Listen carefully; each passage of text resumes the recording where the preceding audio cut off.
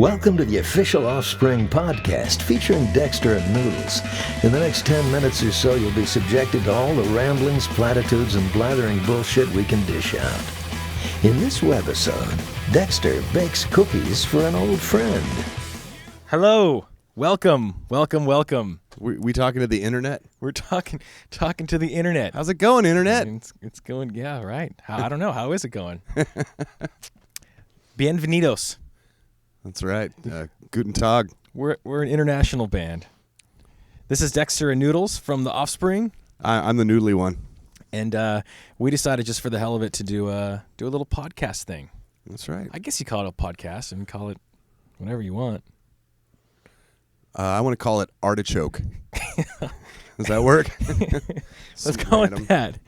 So anyway, we're going to come visit you guys once a week or so and just talk about anything and everything.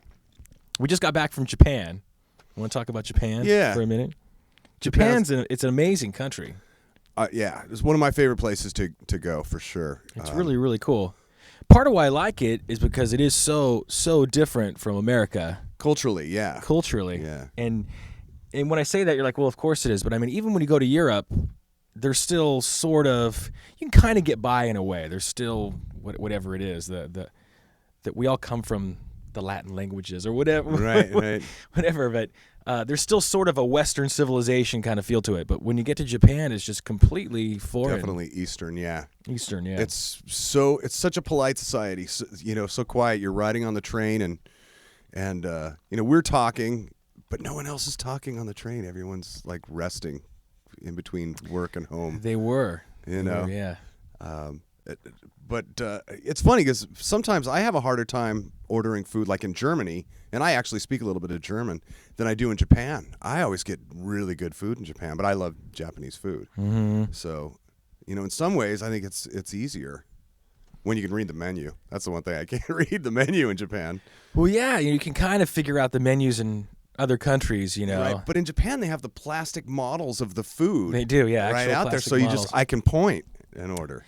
Yes, it's all pictures. I love Japan. that. The pictures. Sometimes I love the the displays, and it's all plastic food though. The plastic bowl of udon, and then the plastic plate of sushi. The plastic plate of tempura. Which is kind of rad because I've been in countries where it's like, fuck, I give up. I'm going to McDonald's. Right. Whatever. But even in McDonald's, I gotta say that the rudest McDonald's was actually in France. Really? You had a rude McDonald's?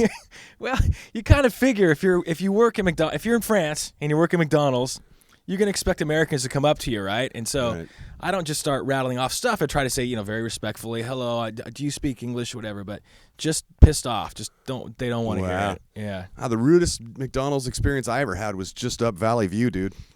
I'm serious. In the neighborhood? Yeah, totally. What I told the chick to go fuck herself and walked out on my order. Jeez. Yeah, no, that was bad. What'd she do? She was just being a bitch and like throwing my food at me. Like, what? Wasn't paying attention. She was just a fucking bitch. Yeah, I was pissed. I was over it. Wow. And dude, it's funny in France. There's such great food in France. Even the little baguette sandwiches with just a little ham and cheese and butter. It is. It's true. It's amazing. Because you have red wine with it when you're in France. Right. I do want to take us back to Japan for a minute. That's right. That's where we were. Yeah, well, there's a lot of great stuff to talk about in Japan. Like, the shows. The shows are great. Phenomenal, yeah. Really, really good. So we just got back from playing this festival called Summer Sonic, which is really cool. And what they do in Summer Sonic is they book like 100 bands, and they take 50 of them and they put them in Tokyo, and they take 50 of them and put them in Osaka, the next biggest city, and everybody plays on Saturday. And then Saturday night, Sunday morning, everyone basically switches cities. Right, yeah, passes each other on the train. Pass each other, literally. And everyone plays the other city, so the crowd gets to see the whole festival 2 days and stuff. And so it's very efficient. Oh, it's great. Yeah. And we did it with Motorhead a couple years ago, 3 years ago, I guess. And this year we did it with Jay-Z and Nickelback.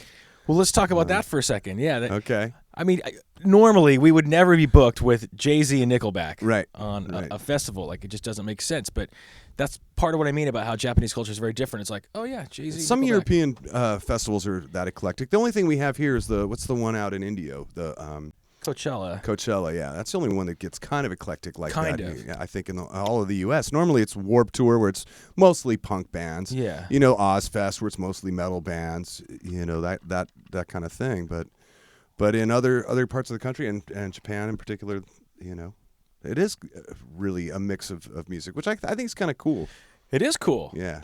That's part of, like I said, part of the fun of the strangeness of it is still really fun. Definitely. And it's very different and stuff. But so the crowd was huge. It was like 30,000 people. They said both days. All right. And literally a stadium that we played in. It was The one in Tokyo seemed even bigger. That thing was huge. really, really big. So, yeah. yeah. And really cool.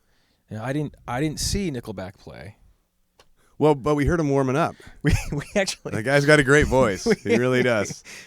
we actually did. Like the Yeah. dressing rooms are next to each other, and we hear this kind of la la la la la la la Yeah. la, and it was just And they were just kind of particle board partitions, but there was a spot, you know, there was open space at the ceiling. So right. we heard him very well. Very well. I mean, and we're not teasing. He has a great voice. So you know, Absolutely. very different style and stuff. We met the guys in the band. They were super cool and stuff. But personally, when we're in that kind of situation, I'll go in the van and I'd sit in a van and warm up because Right. I don't want to hear people. I want people to hear me Right. doing that stuff because it's embarrassing. Right. You have a sense of modesty about your craft. I do. I'm very. Whereas Nickelback has no modesty. He wants people to hear That's him warm it right, up. yeah. He said, "This is what I can do." He said, "Thank you." I mean, you're welcome. He said, "You're welcome." You're welcome after when it's he was warm done, up. Yeah. Fuck. Well, I guess that about wraps it up this time. Be sure to check back soon for another installment of the official Offspring podcast. Now go on, get out of here.